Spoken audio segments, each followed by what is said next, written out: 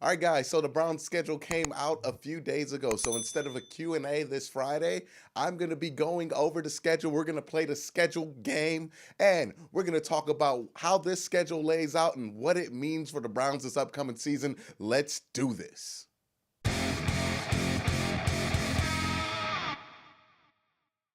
So as most of you know, and as most of you have already checked out, the schedule has dropped for next season. And some of the big things right off the back that you're going to notice is that the Browns have 4 national TV games. A Monday night, well, 2 Monday nighters, a Sunday night, and a Thursday night game. And they have a lot of 425 starts. I believe one is against Pittsburgh, the other is against the Patriots, bringing them for a total of 6 primetime slots where they're definitely going to be the main game on the doubleheader. Now, all that being said, all that exposure, the Browns still have 2 more opportunities in the schedule if the NFL wants to be put on national TV outside of obviously the postseason. I think that the game against Baltimore on the 22nd is a candidate for that to be flexed over to a national TV game. I also think that the game against Pittsburgh on December 1st is another candidate to be flexed over if the NFL sees fit. And also, I think the NFL had this in mind because a bulk of the Browns' division games happen after week 11. Now, speaking of that, we're going to start into some of my first impressions of what this schedule means for the Browns. The first thing is they start off against the Tennessee Titans. They play their home opener against the Tennessee Titans, and that is a very winnable game, a game where the Browns will more than likely be favored to win, which is significant because the Browns have not won the season opener since 2004 when they beat Baltimore 20-3. So the Browns looking to finally get that monkey off their back to begin the season, and they will have a great chance to do so. Now, after that, they're going to go from playing Tennessee to going to New York on Monday Night Football to play the Jets in East Rutherford, New Jersey at MetLife Stadium, a return home of sorts for Odell Beckham on Monday Night Football, and a rematch of last year's epic Thursday night game, and also a homage to the first ever Monday Night Football game, which I believe there's an anniversary of around that date. So that's going to be a significant game for many reasons. Sam Darnold versus Baker Mayfield. It's going to be against 2 of the teams that seem to be rising from the ground of the AFC. But that being said, after week 2, for a lot of Browns fans and players, you're going to feel the oddity of being a national team that people want to watch because this schedule gets kind of weird. So after you play the Jets on national TV, you then have to go and play the Rams on Sunday night on a short week. And then after you play the Rams on Sunday Night Football on a short week, you play your first divisional game week 4 against Baltimore. And then after you do that, you play on national TV on Monday Night Football again against the San Francisco 49ers in San Francisco. So this season starts off pretty weird. And I think it's imperative that the Browns have to win their first 2 games because it can get a little bumpy in these first few weeks of the season because of how weird the schedule is and how hard and how good the teams that they're playing are going to be. But also, I think that it's worth noting that at least up until the bye week, you only play 1 division game. So if this team starts slow, if they start off 3-3 or 3-4, it's not as important because only one of those games are division games. And in the divisional race, that's what's going to matter. So I think as long as the Browns can get out of this stretch at 500, you're going to be in good hands. Now, it's not going to feel great. You're going to feel like this team's starting slow, starting sluggish. And I said this in my spoilers for 2019, that this team might start slow. And this schedule to me kind of confirms those feelings that this team's going to start a little slow. You know, they're going to win their first 2 games, I believe, but then they're going to kind of look a little rocky in between that up until the bye week. But keep faith. Don't waver. This team's going to come out after that bye week and there's a stretch of games there where they're really going to hit their stride and start to pick up steam for hopefully a great postseason run. And then after their bye, they get the Patriots in New England, but they get them after a bye. Now, after New England, they'll play Denver, Buffalo, Pittsburgh at home on a Thursday night game, which is historically favoring the home team. And then you have Miami after that. Those are four very winnable games where the Browns should win. And then after that, you start the real season, the real meat of what's going to matter in terms of the Browns' playoff contention. So remember, if things don't look great through the first half or first 2/3 of the season, it doesn't matter as much because the Browns, out of their last 5 games, 4 of them are against the division. They play Cincinnati twice, Pittsburgh once, and Baltimore once. So that is when it's really going to matter. That's when the playoff crunch is really going to start for the Browns. Now, my final takeaway before jumping to the schedule game that I'm going to play here very soon is that the Browns' schedule is the first one in a while that seems to be in favor of the Browns. It allows them room to breathe at the beginning of the season, room to kind of get their pieces in order, and then it allows them, if they can get everything in line, if they can get all their pieces together and unite by the last third of the season, to really dominate and take control of their own fate, because they play almost all of their division games after that bye week, after week 11. So the Browns, I think, are in good shape for a team that has as many moving parts as they do to take advantage of that. So again, Browns fans, I know I've said it a million times, but if this team starts slow, that is not a bad thing, because of the amount of division games you're going to play at the end of the season. All but one of them is after week 11, I believe. You're going to want this team to hit its stride there. The Browns are in good position to be able to take this thing at the pace it needs to be, and to be able to have room and time to grow at the beginning of the season. Because if they take a loss against San Francisco or an NFC West team, it's not going to be as impactful as losing division games early in the season. So I think that is key to the Browns' schedule. Now, let's get into the fun part. Let's play the schedule game and predict how many wins will the Browns have this season. We're going to predict the storylines. We're going to go through here. We're going to tell you exactly what this season's going to be like according to Quincy. So it may be right, it may be wrong, but I'm going to try to make this entertaining for you.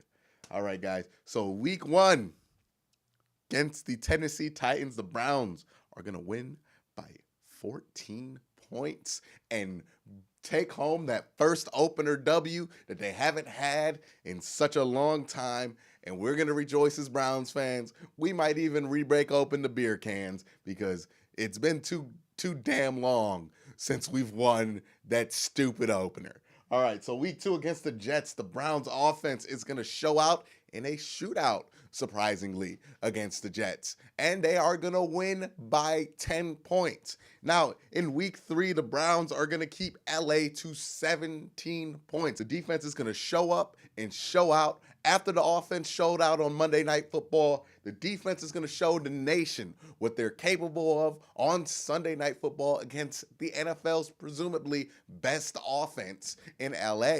And the Browns will eke out a 6-point win over the Los Angeles Rams and start this season 3-0. So everybody's losing their mind. We're chanting Super Bowls in the stands. We're going nuts. The Browns are starting off hot, but then they come out flat against San Francisco on what is, I believe, their 3rd national TV game in like 4 weeks. And they will come out flat. They will lose by a significant margin, and we will start to have questions on what is going on with the team. Are they too full of themselves? But it's just one game. And then the next week, the Browns will drop that game and lose by a field goal to the Ravens. And then the Browns will go and play the Seahawks at home, and they will lose by 2. It'll be an ugly game. And we're going to go into the bye week wondering what the hell is going on. This team started off 3-0. We were on top of the world. We beat the Rams, and now we're 3-3. What's going on? We got to figure this out before we play the Patriots. So, bye week happens. Then They play the Patriots week 8, and they lose. They look better, but they lose. Tom Brady turns out to be just too much right now for this Browns team as constructed, but this will be a remembered game and a remembered point in the season, because right after that, the Browns will turn it around and win in week 9 on the last drive. Baker Mayfield, epic pass to Rashard Higgins to end the game, and the Browns will even out the record and be 4-4. And then the next week against the Bills, the Browns will start to turn it up and out, and they will absolutely destroy the Buffalo Bills to get to 5-4. And then on Thursday Night Football against Pittsburgh, the storyline is, can the Browns keep their 2-game winning streak going against the Pittsburgh Steelers, a team they have been historically awful against, a quarterback that has dominated them in Ben Roethlisberger. But this is Thursday night. This is a home game. We just won 2 games in a row, so you know the stadium is gonna be nuts, and the Browns are gonna rout the Pittsburgh Steelers, and we are gonna celebrate in the streets and yell terrible things about Ben Roethlisberger after the games in many bars. Now, after that, the Browns are gonna go and beat Miami by 30 because they're not an NFL team trying to win games this season. They're starting Ryan Fitzpatrick. So the secondary is going to be able to boost their stats. Then, just a week after the Browns embarrass Pittsburgh, Pittsburgh is vowing revenge as they have the Browns at home. This is a must-win for Pittsburgh, but it's a must-win for the Browns since they lost to the Ravens earlier in the season. So, what happens here? It's a closely fought game. Pittsburgh, Cleveland, fans are fighting in the stands. There's beer all over the place. This game goes into overtime. It's snowy. It's the classic Browns-Steeler moment. Big Ben looks like he's about to close it out and get the Steelers in field goal range to kick a game-winning field goal, but it's intercepted by Demarius Randall, who gets the ball to Baker Mayfield, and Baker Mayfield drives the ball down the field slowly but surely, hitting Rashard Higgins here, hitting Jarvis Landry there, David Njoku up the seam, and then he goes deep down the field to Odell Beckham. He catches it at the 1. At the 1. They run the ball with Nick Chubb. He's not successful. Third down happens. They're on the 1-yard line. It looks like the Browns are going to run it again, but Baker Mayfield pulls the ball. It's a play-action boot. He's uncovered, so he walks into the end zone, a walk-off touchdown in overtime against the Pittsburgh Steelers. And what does Baker Mayfield do to celebrate? He grabs a Cleveland Browns flag and runs to the middle of that nasty turf that they have in Heinz Field, and he plants that flag right in the center of whatever they call that logo in Pittsburgh and says, "This mine. This mine." So yeah, the Browns win in week 13 is my point. Week 14, Baker Mayfield gets to play against his favorite team in the whole world, the Cincinnati Bengals, and they will win this game, and Baker will find some way to talk about Hugh Jackson, even though dude ain't even there. And now it's worth noting that after these 2 wins in the division, the media is going nuts about Baker Mayfield. Oh, I can't believe he planted the flag in Pittsburgh. He's so cocky and brash. He talked about Hugh Jackson. Hugh Jackson ain't even there. The haters are hating. Colin Cowherd, who was jumping for joy when the Browns were 3-3 and 3-4 after the bye week, is now fuming with anger and saltiness because he doesn't understand how Baker Mayfield is continuing to do this, even though he thought that he shouldn't. He's making excuses. He's talking about how great Odell Beckham makes him look. He's discrediting left and right, but we don't care because Colin Cowherd is a douchebag. So, with all that criticism on the back of Baker Mayfield, the Browns, with a 9-4 record, eke out another win in week 15 and jump to 10-4. Now, week 16 is important because the Browns are riding the wave of that win streak, and they're able to clinch the division if they can beat the Baltimore Ravens at home on a Thursday night game. And guess what?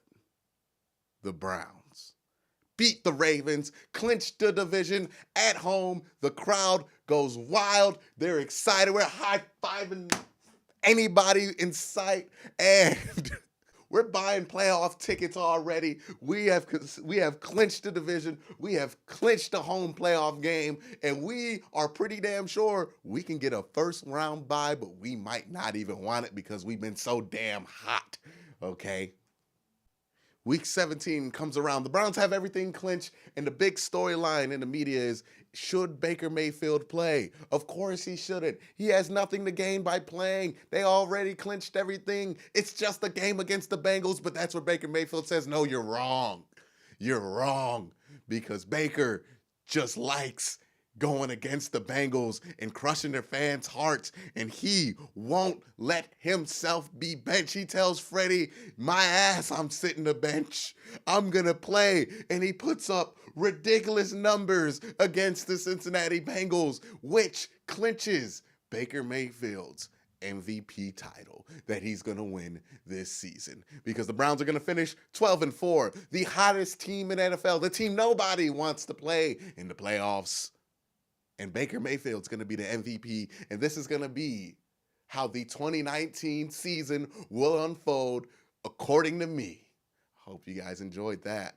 All right, guys, well, that's all I got for this video. Thank you guys for watching. If you like, hit that subscribe button, hit that like button. Don't forget to ring that notification bell to make sure you know whenever my face posts up another video.